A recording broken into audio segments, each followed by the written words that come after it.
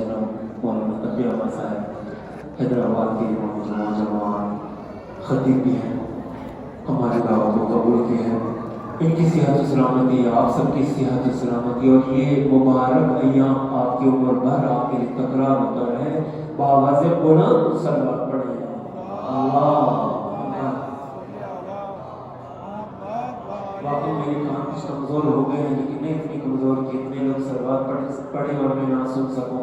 ایک خوبصورت، ایک معیاری، ایک اونچی آواز میں صلوات چاہیے مجھے، باواز بلند صلوات پڑھیں اللہ۔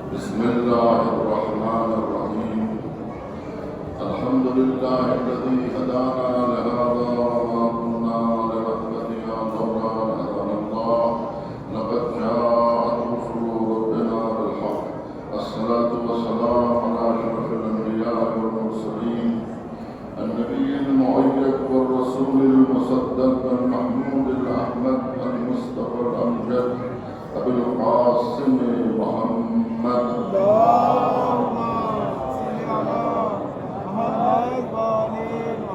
الصلاة والسلام على طيبين الطاهرين المعصومين الذين أذهب الله عنهم الرجس وطهرهم تطهيرا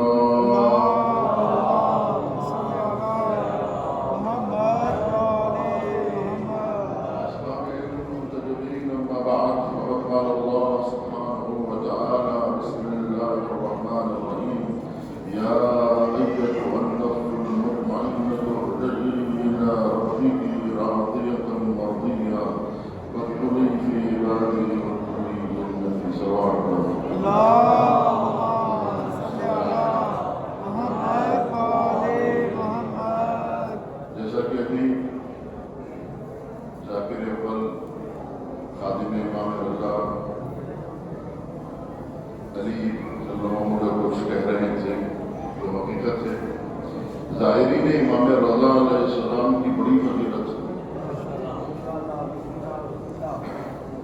کیونکہ بہت کم لوگ اس نقطے سے واقف ہیں، اس لیے میں یہ ذکر کر رہا ہوں کہ امام رضا علیہ السلام کے روضے پر جو لوگ آتے ہیں ان کی زائرین کا مقام بہت بلند ہے۔ اس کی کئی وجوہات ہیں، وقت کم ہے، میں ایک دو وجہ بیان کر رہا ہوں۔ ایک وجہ یہ ہے کہ تمام اماموں میں جو غریب الغربا ہے وہ ایک ہے۔ امام رضا غریب الغربا ہے۔ کیوں غریب الغربا؟ امام حسین غریب ہے، امام علی غریب ہے، یعنی اپنے وطن میں دفن نہ ہو سکے۔ جس طرح سے امام زین العابدین علیہ السلام کی شہادت کا ایک دن ہے، امام زین العابدین علیہ السلام مدینے میں دفن ہوئے۔ یہ اور بات ہے کہ آج وہ لوگ جو اپنے شہر میں، اپنے مدینے میں، اپنے وطن میں دفن ہوئے، ان کے مزار پر قبہ نہیں ہے، ان کی مزار پہ چراغ نہیں جل رہا ہے۔ آج لاکھوں چراغ یہاں جل رہے ہیں، غریب الغربا کے مزار پر لاکھوں چراغ جل رہے ہیں، لیکن جو اپنے ہی وطن میں دفن ہوا اس کی مزار پہ کوئی چراغ جلانے والا نہیں۔ کیا غربت ہے؟ اب کون غریب الغربا ہے یہ فیصلہ آپ کو کرنا ہے کہ کون غریب الغربا ہے۔ جو وطن سے دور ہونے کے باوجود بھی غریبوں کی طرح نہیں ہے، لیکن جو اپنے ہی وطن میں غریب الغربا بن جائے وہ امام زین العابدین ہے۔ آج کا دن بڑا امتزاج ہے۔ امام رضا کی بارگاہ میں آپ فرصہ دینے کے لیے آئے ہیں، امام حسین کے فرزند کا فرصہ دینے کے لیے، ایک عزادار حسین کا فرصہ دینے کے لیے آئے ہیں۔ کربلا کے چراغ کا، وہ چراغ کربلا کا جو کربلا کی آندھیوں میں نہ بجھا، وہ امام زین العابدین علیہ السلام کی شہادت کا پرسہ دینے کے لیے آپ یہاں آئے۔ اور اس کے علاوہ آج کی تاریخ ایک تو امام کی شہادت کی تاریخ ہے، اور ایک ان کے فرزند کی جو 1400 برس کے بعد پیدا ہو کر ان سے نزدیک ہو گیا، وقت کے فاصلے ختم ہو گئے، زمانہ کا فاصلہ ختم ہو گیا، کردار سے ایسے کردار ملا۔ دیکھیے جب کردار مل جاتا ہے تو پھر کوئی اجنبی نہیں رہتا، وہ اپنا ہو جاتا ہے۔ السلمان من اہل البیت، سلمان اہل بیت میں شامل ہو گئے۔ کہاں سلمان کے اوپر جھگڑا ہو رہا تھا، یہ سلمان کون؟ انصار کہہ رہے تھے کہ سلمان ہم میں سے، مہاجر کہہ رہے تھے سلمان ہم میں سے، لیکن حضور نے کہا نہ سلمان انصار ہے نہ مہاجر، سلمان تو ہم محمدی، سلمان محمدی۔ اب جس کا کردار بھی محمدی ہو، جس کا کردار بھی محمدی ہو، جو نسل محمد میں ہو، وہ کیسے دور ہو سکتا ہے؟ وہ کیسے دور ہو سکتا ہے؟ سید علی حسینی خامنائی کی آپ جنازے میں شریک ہوئے ہیں، جو تاریخ عالم کا اس صدی کا سب سے بڑا، بلکہ جب سے آدم علیہ السلام نے روئے زمین پہ قدم رکھا ہے اس وقت سے لے کے آج تک کسی کے جنازے میں ایسی شرکت نہیں ہوئی جیسے شرکت اس جنازے میں ہوئی۔ ایک جنازہ 5 شہروں میں اور کسی بھی شہر میں کبھی واقع نہیں ہوئی۔ تہران میں 3 دن تک تشریح ہوئی، 3 دن تک ایک شہر میں تشریح ہوئی۔ قم میں ہوئی دوسرے شہر، نجف میں ہوئی تیسرے شہر، کربلا میں ہوئی چوتھے شہر، پھر مشہد میں ہوئی 5۔ یہ پنجتن 5 کے مزار کی شمال ہے، وہ یہاں آ کے دفن ہوئی ہے امام رضا ہے، اس لیے کہ پہنچی وہیں کا خاک جہاں کا خبیر تھا۔ اسی خراسان سے چلے تھے، ایک قم سے چلا تھا، ایک خراسان سے چلا تھا۔ امام خمینی قم سے اٹھے تھے، جن کا ذکر موجود ہے سفینۃ البحار میں۔ سفینۃ البحار میں آج بھی روایت موجود ہے کہ ایک شخص قم کی سرزمین سے اٹھے گا اور قیام کرے گا، انقلاب برپا کرے گا۔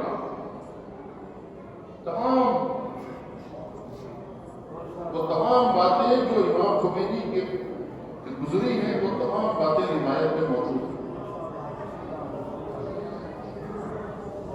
اور امام خمینی کے بعد لوگ سوچتے تھے ان کے بعد کیا ہوگا انقلاب۔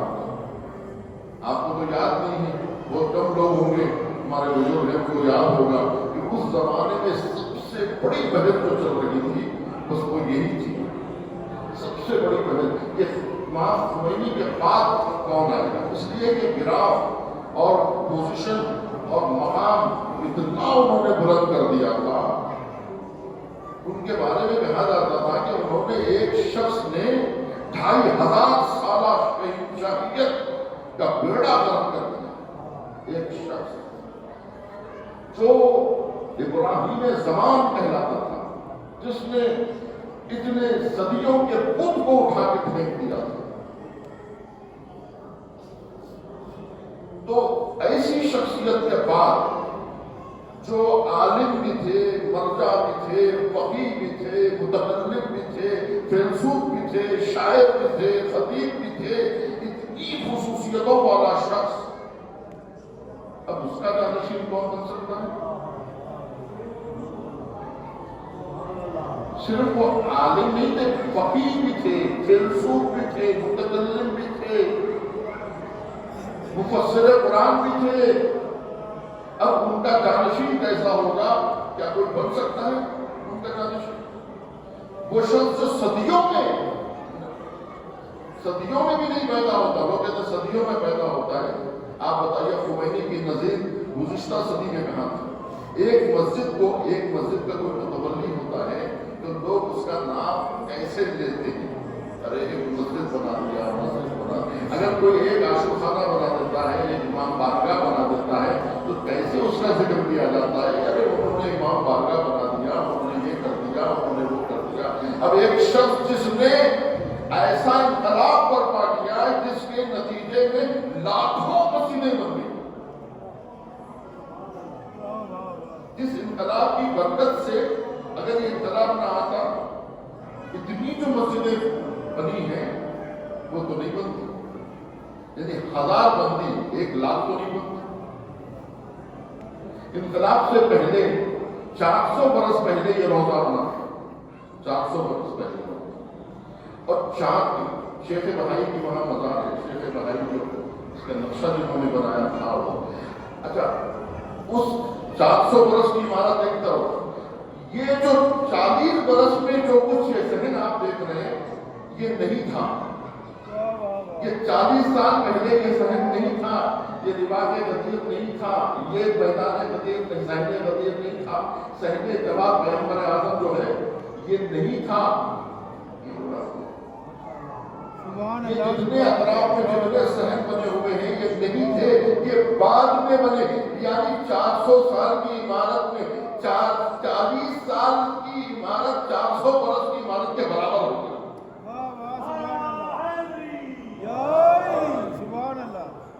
آپ اندازہ لگائیے. اور حکم میں جو روزہ ہے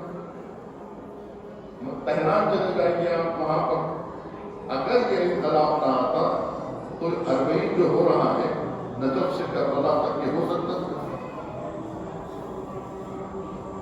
انقلاب سے پہلے عربین ہوتا تھا. آپ کو معلوم ہے، میں تو شاہد گواہ ہوں، 2004 میں روزے میں کوئی نہیں ہوتا تھا امام حسین سے. اب 4-5 لوگ گئے تھے تو 4-5 لوگ ہی بیٹھے رہتے تھے. شام میں مغرب میں 50 آدمی صحن میں نماز پڑھتے تھے. 2004 میں پورا عراق چل رہا تھا. میں کہہ رہا ہوں کہ ایسے حالات گزرے، مجھے تفصیلات نہیں بیان کرنا ہے کہ کون سے حالات میں کربلا میں کیا کیا گزرے، کون سے واقعات گزرے. لیکن یہ عرض یہ کرنا ہے کہ انقلاب سے پہلے کتنے زائرین کربلا پہنچتے تھے، نجف پہنچتے تھے، اور کتنے زائرین اب پہنچ رہے ہیں. جو لوگ انقلاب کی اہمیت کو نہیں جانتے ان کو سمجھنا چاہیے. بہرحال اب یہ کرنا ہے کہ یہ جو روزہ ہے امام رضا علیہ السلام، اور یہ جو زائرین دنیا میں ہر قوم کے اپنے اپنے مرکز ہوتے ہیں، ان کی اپنی مقدس مقامات ہوتے ہیں.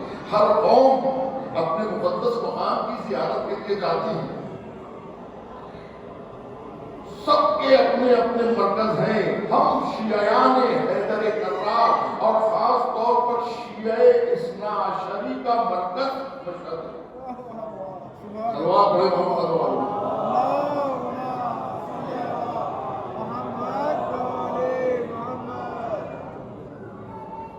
میں نے آپ سے وعدہ کیا تھا لیکن میں بھول رہا ہوں کیونکہ وقت کم ہے. یہ میں نے آپ کے سامنے عرض کیا کہ سارے ائمہ غریب ہے، لیکن امام رضا غریب الغربا اس لیے کہا جاتا ہے کہ کم از کم نجف میں، کربلا میں، عراق عربی سرزمین ہے. عربی سرزمین پر امام علی علیہ السلام کا روزہ ہے. کربلا عربی سرزمین پر ہے، لیکن یہ تنہا روزہ ہے جو عجم کی سرزمین پر ہے. یعنی ایک تو مدینے سے دور، دوسرے عراق سے دور، عربی سرزمین سے دور، عجم کی سرزمین پر، وطن سے دور، سرزمین عرب سے دور. اگر کوئی امام ہے تو یہ اکیلا امام ہے.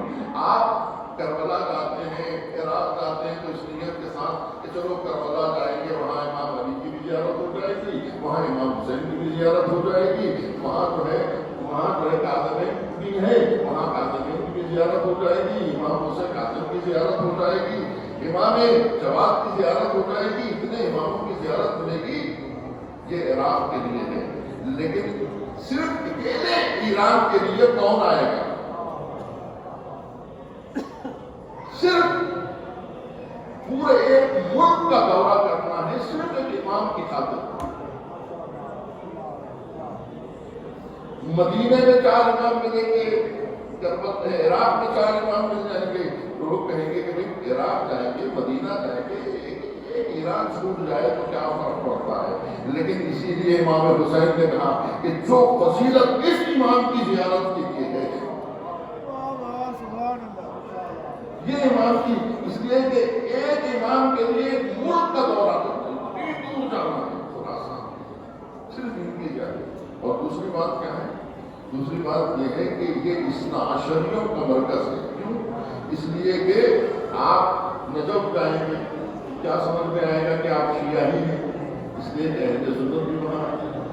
نجف میں آنے والوں میں وہابی بھی ہو سکتا ہے، نجف میں آنے والے میں سنی بھی ہو سکتا ہے، نجف آنے والا ہر مسلمان آتا ہے، نجف کربلا ہر مسلمان آتا ہے، لیکن امام رضا کے روزے پہ جو آتا ہے وہ شیعہ اثنا عشری ہوتا ہے،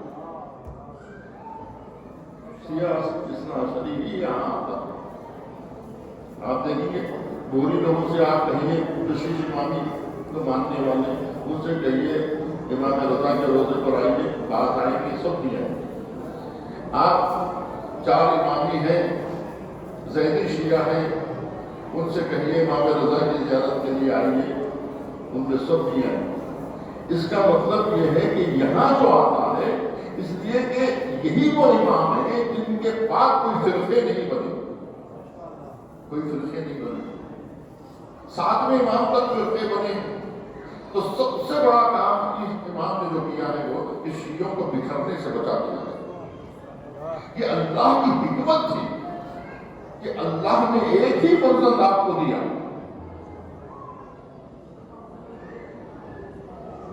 چھٹے امام کو کئی فرزند دیے، جس میں سے بڑے فرزند جناب اسماعیل تھے۔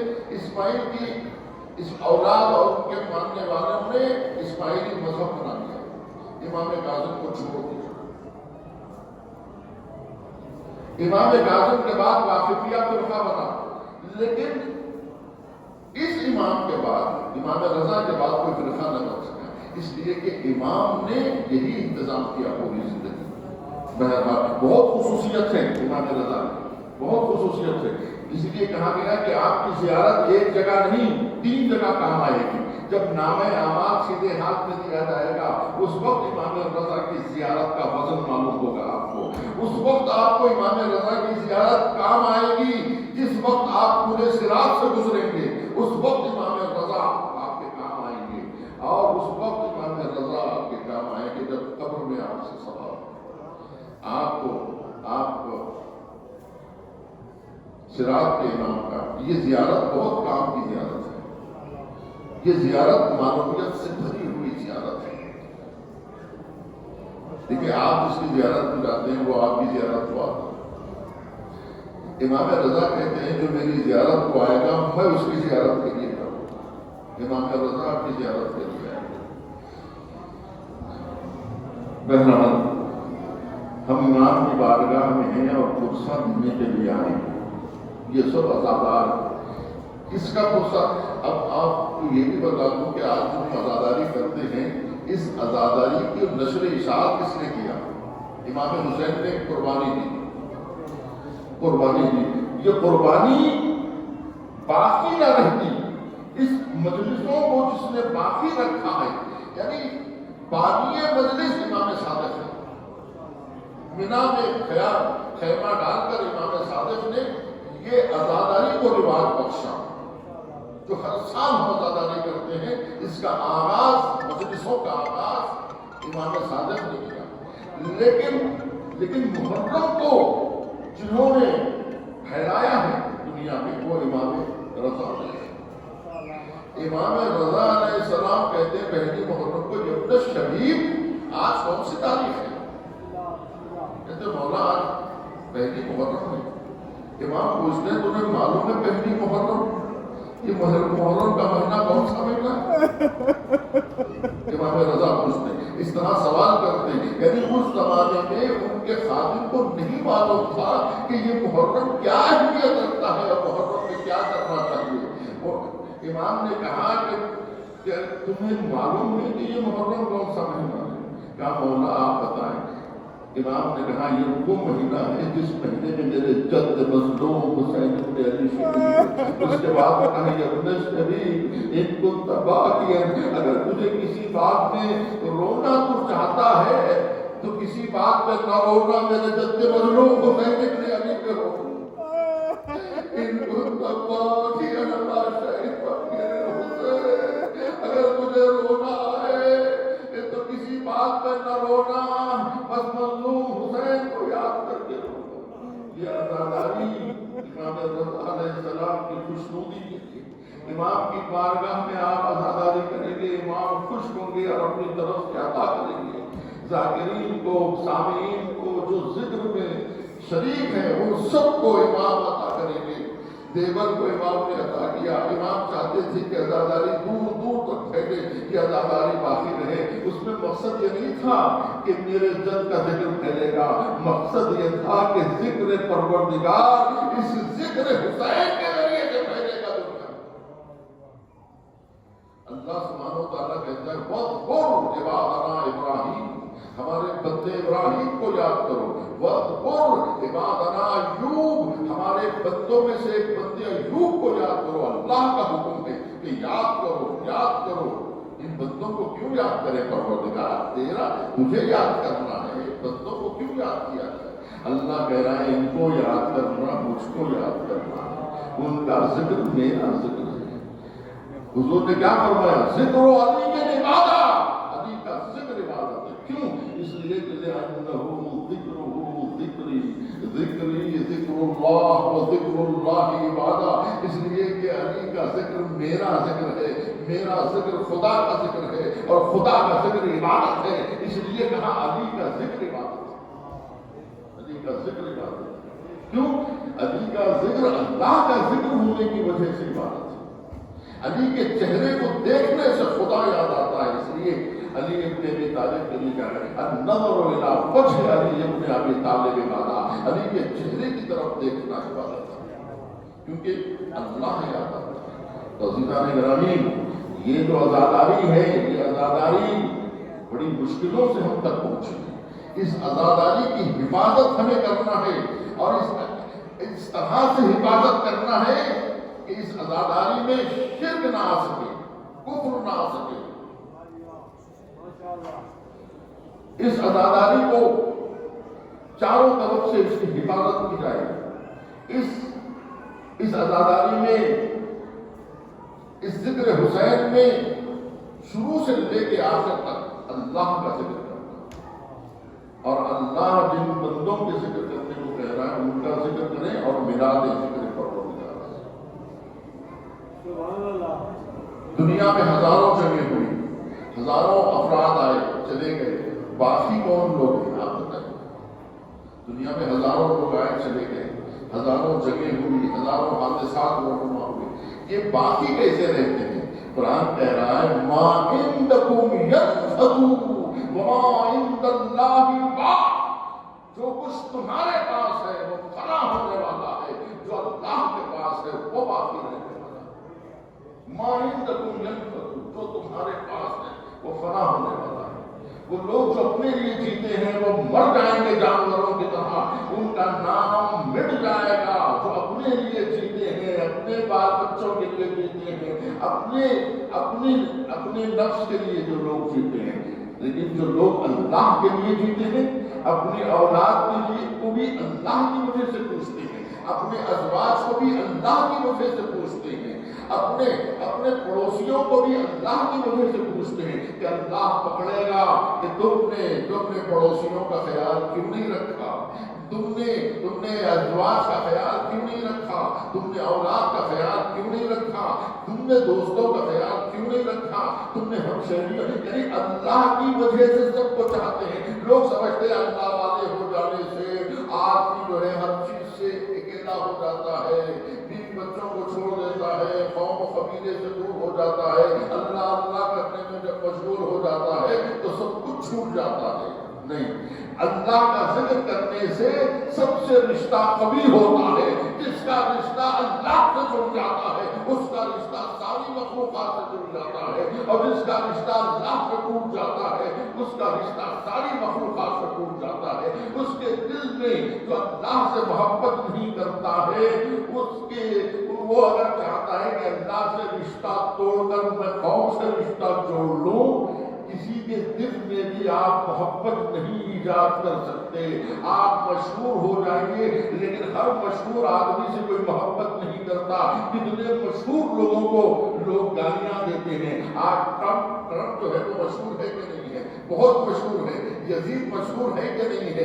لوگ اپنی شہرت کے لیے دولت، پیسہ، سب کچھ لگا دیتے ہیں تاکہ میں مشہور ہو جاؤں، مشہور ہو جاؤں۔ لوگوں کے دلوں میں آپ جگہ نہیں بنا سکتے شہرت کے ذریعے سے۔ اللہ سے اگر رشتہ جڑ جائے تو اللہ ہمارے دلوں میں محبت ایجاد کر دیتا ہے، اور یہ محبت ہر جگہ کام آتی ہے۔ آج دیکھیے آیت اللہ خامنہ کی جنازے میں جو لوگ شریک ہوئے، اپنے پیسوں سے ٹکٹ لگا کے لوگ آئے، کسی نے بلایا نہیں ہے۔ اتنے لوگ جو آئے ہیں حکومت نے نہیں بلایا ہے۔ اس کا مطلب یہ ہے کہ لوگوں کے دلوں پر انہوں نے راج کیا۔ حکومت ایران پہ حکومت نہیں کی بلکہ تمام مسلمانوں کے دلوں پہ حکومت۔ اسی لیے اچھا یہ حکومت کیسے قائم ہوئی؟ اللہ سے انہوں نے صرف رشتہ جوڑا۔ وہ رات رات عبادت کرتے رہے، انہوں نے اللہ سے محبت کی، اور اللہ نے ان کی محبت سارے دلوں میں پہنچا۔ اللہ کی محبت تو ہر جگہ ہے نا، تو جہاں جہاں اللہ کی محبت ہے وہاں وہاں ان کی محبت کو اللہ نے پھیلا دیا۔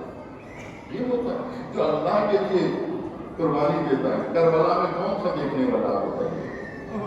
کون سے اخبارات میں، کون سے دنیا میں جو ہے میڈیا تھا کہ امام حسین نے دنیا کو دکھانے کے لیے قربانی دی؟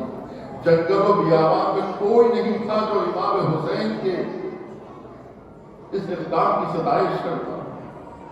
کون تھا جو امام حسین علیہ السلام کے اس کارنامے پہ داد تحسین دیتا؟ علی اکبر کی شجاعت پہ کوئی داد تحسین دیتا؟ عباس کی شجاعت پہ کوئی داد تحسین دیتا؟ آج پوری دنیا ابو الفضل عباس عباس کہہ رہی ہے، لیکن جس وقت عباس ابن علی کے بازو قلم ہوئے تھے صرف خیمے سے آواز آ رہی تھی، ورنہ کہیں سے آواز نہیں آ رہی تھی۔ دشمن تو کہہ رہے تھے کہ یہ پانی فرات سے خیمے میں نہ پہنچنے پائے، ورنہ بچے جوان ہو جائیں گے کربلا میں۔ پانی مل جائے گا تو پھر علی اکبر کی جوانی نکھر جائے گی، قاسم کی جوانی نکھر جائے گی، بچے جوان ہو جائیں گے، لہذا پانی نہ پہنچنے پائے۔ یہ دشمن چاہ رہا تھا، لیکن اللہ نے جو چاہا وہی ہوا کہ جنہوں نے اللہ سے اپنا رشتہ جوڑا، لہذا ہزاروں جنگیں ہوئی، سب ختم ہو گئی، کربلا آئی۔ آپ سمجھیے کہ کربلا کیوں آئی؟ جو جنگیں اقتدار کے لیے لڑی گئی وہ ختم ہو گئی، جو چاہو حشر کے لیے لڑی گئی وہ ختم ہو گئی، جو اقتدار کے لیے لڑی گئی وہ ختم ہو گئی۔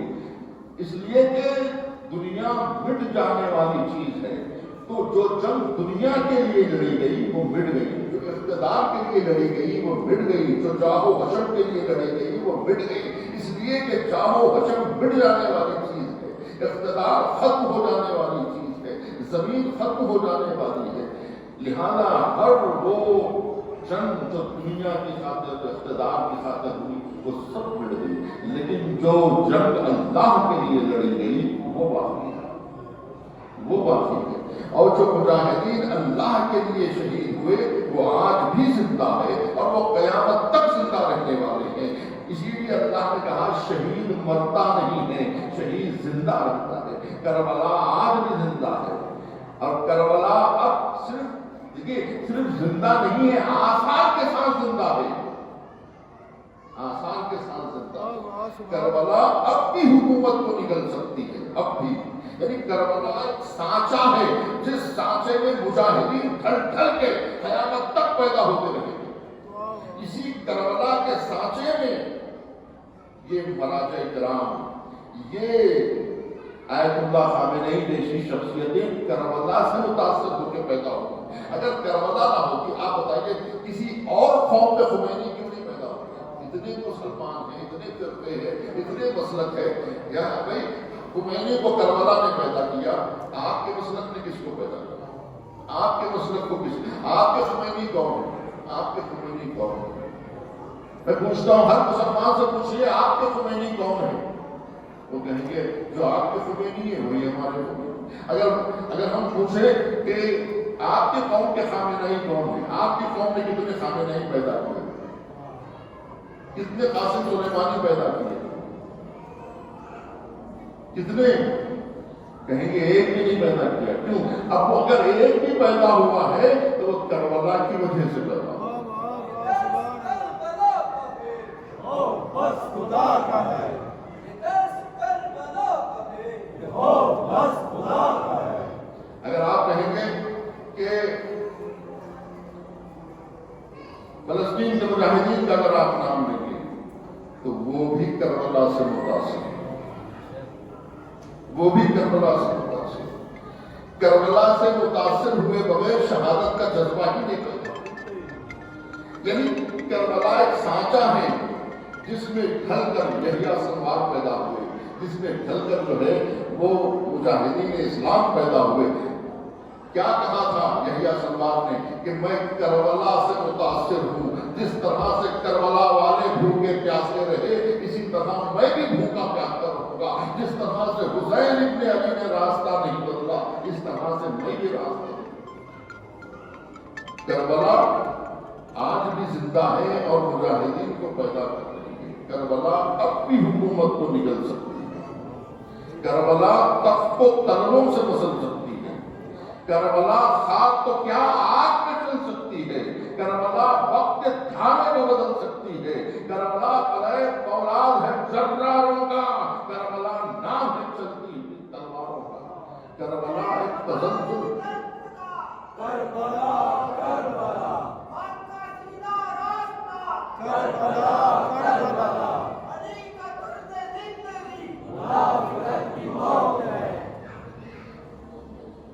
کربلا ایک تزلزل ہے محیط دوران. کربلا خدمت سرمایہ کہے پر احترام. کربلا تب پہ ہے ضربت آواز اذان. کربلا جرأت انکار ہے پیش سلطان. فکر حق سوز یہاں کاشت نہیں کر سکتی. کربلا تاج کو برداشت نہیں کر سکتی. یہ ایک حقیقت ہے اور یہ مجلسیں ہیں جو مجاہدین کو پیدا کرتی ہیں. محرم و صفر کے اسلام را زندہ نگہ داشتے آج. امام خمینی کہتے ہیں کہ محرم و صفر ہے کہ جس نے اسلام کو زندہ رکھا ہے، جس نے اسلام کو زندہ رکھا. کربلا کے تذکرہ بچوں کے اندر قاسم ابن علی جیسی شہادت کا جذبہ پیدا کرتا ہے. وقت نہیں ہے دیدار گرامی، بس بات ختم کر دوں میں یہاں پر. اور بہت کچھ کہنا باقی ہے کہ اس 8 سالہ جنگ میں حسین فہمیدہ کو اجازت نہیں مل رہی تھی. اس نے کہا کہ امام حسین نے کیسے قاسم کو اجازت دی، ہم کو کیوں نہیں اجازت دی ملنے کی. جب وہ شہید ہوا امام خمینی نے کہا یہ میرا بھی رہبر تھا، لہذا انہی کے زمانے میں جو نوٹ چھپتی تھی، شاید اب بھی ہوگا، تو اس میں حسین فہمیدہ کی تصویر. تو معلوم یہ ہوا کہ یہ جو شہادتوں کا جذبہ ہے کہ کربلا والوں سے متاثر ہو کر، یعنی قاسم ابن علی نے تمام اپنے ہمسن بچوں کو اپنا جذبہ دے دیا. یعنی قاسم کا جذبہ ان کے ہمسنوں میں آ گیا، علی اکبر کا جذبہ ان کے ہمسنوں میں آ گیا. اور ان سے زیادہ اس لیے کہ کربلا میں امام حسین علیہ السلام ہر سن و سال کا لشکر لے کر آئے تھے. عباس ابن علی کو لے کر آئے تھے، ان کے سن والے ان سے متاثر ہو گئے. اور ضعیفوں کے لیے حبیب ابن مظاہر کو لے کر آئے تھے، مسلم ابن اوسطہ کو لے کر آئے تھے، بریر حمدانی کو لے کر آئے تھے، تاکہ ضعیف نہ کہیں کہ ہم پیسے سے لڑیں گے۔ ان کو جذبہ دیا ہے حبیب ابن مظاہر نے، ان کو جذبہ دیا ہے بریر حمدانی نے۔ تو اس طرح سے جو ضعیف بھی کربلا میں ہیں، جوان بھی کربلا میں ہیں، بچے بھی کربلا میں ہیں۔ اور اگر کوئی کہے کہ یہ معصوم بچے کس کام کے ہیں، یہ معصوم بچے بھی کام آئیں گے۔ آج دیکھیے مناب میں چھوٹے چھوٹے معصوم بچے شہید کر دیے گئے، ان کا قصور کیا ہے؟ قرآن کہہ رہا ہے کہ ایدم بالقتل، انہیں کس جرم میں قتل کیا گیا ہے؟ تو یہ بچے جذبہ لیے ہیں علی اصغر کا کہ علی اصغر بھی کربلا کے شہداء میں شامل ہے۔ امام حسین نے 6 مہینے سے لے کر 90 برس تک کے تمام سن و سال کے افراد کو جمع کر لیا تھا کربلا کے میدان میں۔ عزیزان گرامی، یہی وہ مجلسیں ہیں کہ جہاں سے میں بار بار یہ کہہ رہا ہوں کہ یہاں سے مجاہدین پیدا ہوتے ہیں، اس درسگاہ سے۔ اس درسگاہ صبر میں خود سر نہیں بنتے، رونا جنہیں آ جاتا ہے پتھر نہیں بنتے، جو اشک بہاتے ہیں ستمگر نہیں بنتے، دل دھلتے ہیں اس بزم میں خنجر نہیں بنتے۔ ذلت پہ اسلام بنا ہو تو بتاؤ، ہم میں کوئی ستار بنا ہو تو بتاؤ۔ ہمارے پاس خمینی ملیں گے، ہمارے پاس خامنائی ملیں گے، ہمارے پاس بہشتی ملیں گے، ہمارے پاس رضائی ملیں گے، ہمارے پاس مطہری ملیں گے، ہمارے پاس قاسم سلیمانی ملیں گے، ہمارے پاس اب ہم یہ کہہ سکتے ہیں انہی شہداء کی فہرست میں ہم یہ کہہ سکتے ہیں کہ ہمارے پاس خامنائی ملیں گے۔ آؤ فرش عزا پر، خامنائی بننا ہو تو یہاں آؤ، قاسم سلیمانی بننا ہو تو یہاں آؤ۔ تو عزیزان گرامی، اس طرح امام حسین نے اس بات کی کوئی فکر نہیں کی تھی کہ میرے بعد میری اولاد کا کیا ہوگا، امامت کا سلسلہ کیسے جاری ہوگا، امامت کا سلسلہ میری اولاد میں جاری رہنا ہے، لہذا علی ابن الحسین تو مدینے ہی میں رک جاؤ۔ نہیں کہا امام حسین علیہ السلام نے، امام حسین علیہ السلام نے یہ نہیں کہا کہ علی اکبر کو تو میں لے کے چلتا ہوں، علی اصغر کو چھوڑ کے جاتا ہوں، یہ نہیں کہا کہ تیرے بعد سلسلہ امامت کیسے جاری رہے گا۔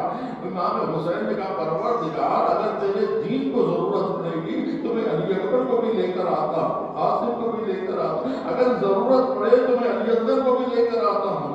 مجھے فکر نہیں ہے اپنے اولاد کی بقا کی، لیکن حسین ابن علی کا جو پروردگار تھا وہ خدا کہہ رہا تھا کہ ہاں تم نے دنیا کی پرواہ نہیں کی میری خاطر، لیکن میں نے یہ فیصلہ کیا ہے کہ سلسلہ امامت تمہاری ہی اولاد میں جاری ہے، تمہاری ہی اولاد میں جاری ہے۔ اتنے بڑے ملک عراق کی بقا بہت مشکل تھی، یہ ملک کی حفاظت بہت مشکل ہے، یہ ملک کی حفاظت لوگ نہیں کر سکتے سوائے خدا کے۔ اگر خدا ہاتھ اٹھا لے تو اس ملک کے اتنے دشمن ہیں کہ یہ ملک باقی نہیں رہ سکتا، دشمن اتنے زیادہ ہیں، اس پر اللہ کا ایک ہاتھ کافی ہے۔ اگر اللہ ہاتھ ہٹا لے تو پھر یہ ملک بچ نہیں سکتا، اور اگر اللہ ہاتھ رکھ دے تو دنیا کی کوئی طاقت اس ملک کو ہلا نہیں سکتی۔ معلوم ہے یہ بات؟ خامنہ صاحب نے یہ نہیں کہا کہ مصطفیٰ تم چلے جاؤ، حملہ ہونے والا ہے، تم اپنی حفاظت کرو، اس لیے کہ تمہیں میرے بعد سنبھالنا ہے اس ملک کو، لہذا تم اپنی حفاظت کرو، تم خاموشی سے کسی شہر میں نکل جاؤ، وہاں جا کر کہیں اپنی حفاظت کرو، اس لیے کہ دنیا کی نگاہیں تمہارے اوپر ہے، لہذا تم اپنی جان بچاؤ۔ امام آیت اللہ خامنہی نے یہ نہیں کہا، انہوں نے کہا کہ میں اپنے پورے خاندان کے ساتھ شہید ہو جاؤں گا، مجتبیٰ بھی رہے تو رہے، بیٹی بھی رہے تو رہے، چھوٹی سی نواسی بھی رہے تو رہے، سب کچھ اسلام کے لیے قربان کر دوں۔ یہ اللہ کا فیصلہ تھا کہ تم نے ہمارے لیے سب کچھ قربان کر دیا، لیکن ہم یہ چاہ رہے ہیں کہ تمہاری ہی اولاد میں یہ سلسلہ ہے۔ یہ بہت وقت ختم ہو چکا ہے، اور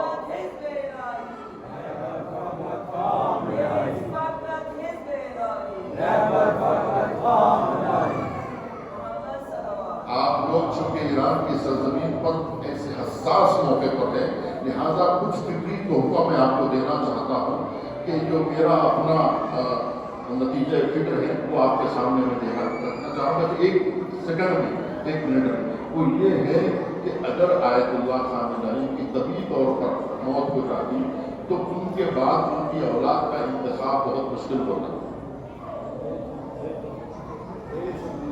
بس آپ سمجھ جائیے اگر طبی طور پر ان کا انتخاب ہوتا تو بہت امیدوار پیدا ہو جاتے اور اس وقت انتخاب کرنا کسی ایک شخص کا بہت مشکل ہوتا تھا. دنیا نے سوچا نہیں, دشمن نے سوچا نہیں, شہادت نے اور مضبوط کر دیا. ہو سکتا ہے, مجھے نہیں معلوم اللہ کی حکمت کیا ہے. حسن و حسین دونوں امام تھے, بڑے بیٹے کی اولاد سے سلسلہ چلنا چاہیے تھا, لیکن پروردگار کا فیصلہ ہی کچھ اور ہو گیا کہ حسن و حسین امام بنے لیکن سلسلہ چھوٹے بیٹے کی نسل سے چلا. یہ کیوں؟ اس لیے کہ حسین نے قربانی دی تھی. کون سمجھ سکتا تھا کہ کربلا کے میدان سے علی ابن حسین بچ کر آئیں گے؟ آپ نے سوچا تھا؟ میں نے سوچا, کس نے سوچا تھا تاریخ میں کہ کربلا میں جب سب علی شہید ہو گئے, جب علی اکبر شہید ہو گئے, جب علی اصغر شہید ہو گئے, جب حسین کے سارے بچے شہید ہو گئے, جب 6 مہینے والا شہید ہو گیا, تو پھر کون تصور کر سکتا تھا کہ جلے ہوئے خیموں سے ایک چراغ جلے گا علی ابن حسین کی صورت میں کہ حسین کا سلسلہ امامت حسین ہی کی اولاد میں ہوگا. جب علی اکبر کو شہید کیا گیا تو حسین ابن علی نے کہا تھا, ایک بددعا تھی جس طرح سے تو نے میری نسل کو علی اکبر سے منقطع کر دیا, اللہ تیری نسل کو خاتم کے لیے بددعا دی کہ اللہ تیری نسل کو برباد کر دے جس طرح سے تو نے میری نسل کو منقطع کرنے کی سوچی ہے. ارے دشمن چاہتے تھے حسین کا ایک بچہ بھی کربلا سے بچ کر نہ جائے, لیکن علی ابن حسین جلی ہوئی خنادوں سے باہر آئے. جب خیمے جل چکے تو راضی کا بیان ہے, ایک بیٹی بار بار خیمے میں جا رہی تھی, واپس آ رہی تھی. میں یہ سوچنے لگا کہ آخر اس خیمے میں کون سی قیمتی شے ہے جس کے لیے بیوی جا رہی ہے, آ رہی ہے. اس کے بعد میں نے دیکھا کہ ایک بیوی ایک لاشیں مانند چیز کو لے کر آئی. مجھے نہیں معلوم وہ کون سی بیوی. ارے جب صبح نمودار ہوئی تب معلوم ہوا, جب خیمے جب کارواں چلنے پہ تیار ہوا, بیویاں جب سوار ہونے لگی تو ایک جوان, لاغر جوان, بیمار فرزند کھڑا لاشوں کے درمیان سر جھکائے کھڑا تھا. زینب نے شانہ ملا کے کہا, اے سیدِ سجا, میرے لال بتاؤ تم کیا سوچ رہے ہو؟ کہا بھوبی اماں, وہ جواب کیا سوچے گا جس کے باپ کا لاچا جلدی انہیں ارے کتنی تکلیف ہوتی ہے. ہم کس تکلیف سے گزرے. خامنہئی میں شہید ہو کر 4 مہینے ہو گئے, لاشا دفن ہو سکا, لیکن اسی طرح سے آج لاشا دفن ہوا. اس میں بھی تاثیر کربلا والوں کی تھی. ارے جس طرح سے حسین ابن علی کی شہادت کے بعد لاشیں بکھرے ہوئے, زین العابدین لاشوں کے درمیان کھڑے ہوئے ہیں. زینب نے ایک مرتبہ مدینے کا رخ کر کے کہا, سلمان کا ملیک مصطفیٰ, اے نانا آپ نے بلائے کہہ کر مصطفیٰ نے نماز پڑھی, لیکن آپ کا حسین ہے جس میں کوئی نماز پڑھے. ارے دشمن اپنے کشتوں پر دفنا رہے ہیں نماز پڑھ کر, لیکن حسین کے راستے پر کوئی نماز پڑھنے والا نہیں. سید سجاد کے ہاتھوں میں ہتھکڑیاں, پیروں میں بیٹیاں, گلے میں تہمے داغ. سید سجاد اپنے لاشوں پر نماز نہ پڑھ سکی, اور انہیں دفن نہ کر سکے، وہ لاشا جو دفن نہ ہو سکا وہ حسین ابن علی کا لاشا تھا۔ سب اپنے رشتہ داروں کی میت کو لے گئے، بے وارثہ تھا، رہ گیا لاشا حسین کا۔